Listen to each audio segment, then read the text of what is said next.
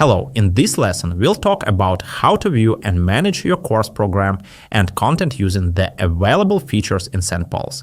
To view the course program, open the desired course and go to the Lessons tab. Here you can use filters to sort your course content by specific criteria.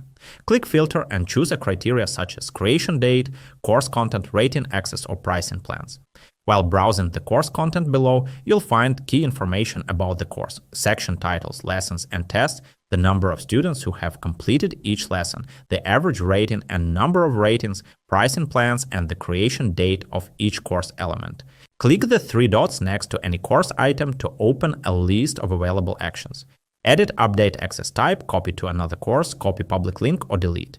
You can also manage multiple items at once. To do this, filter or select the desired elements and then choose an action from the top panel. Update access type, copy to course, or delete.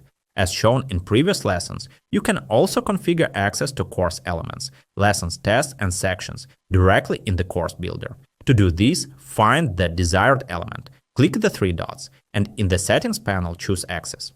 There are four access statuses: Open, available for students to complete; Hidden, unavailable but visible to instructors; Close, unavailable but displayed in the course program; and Schedule content availability, available on a specific date.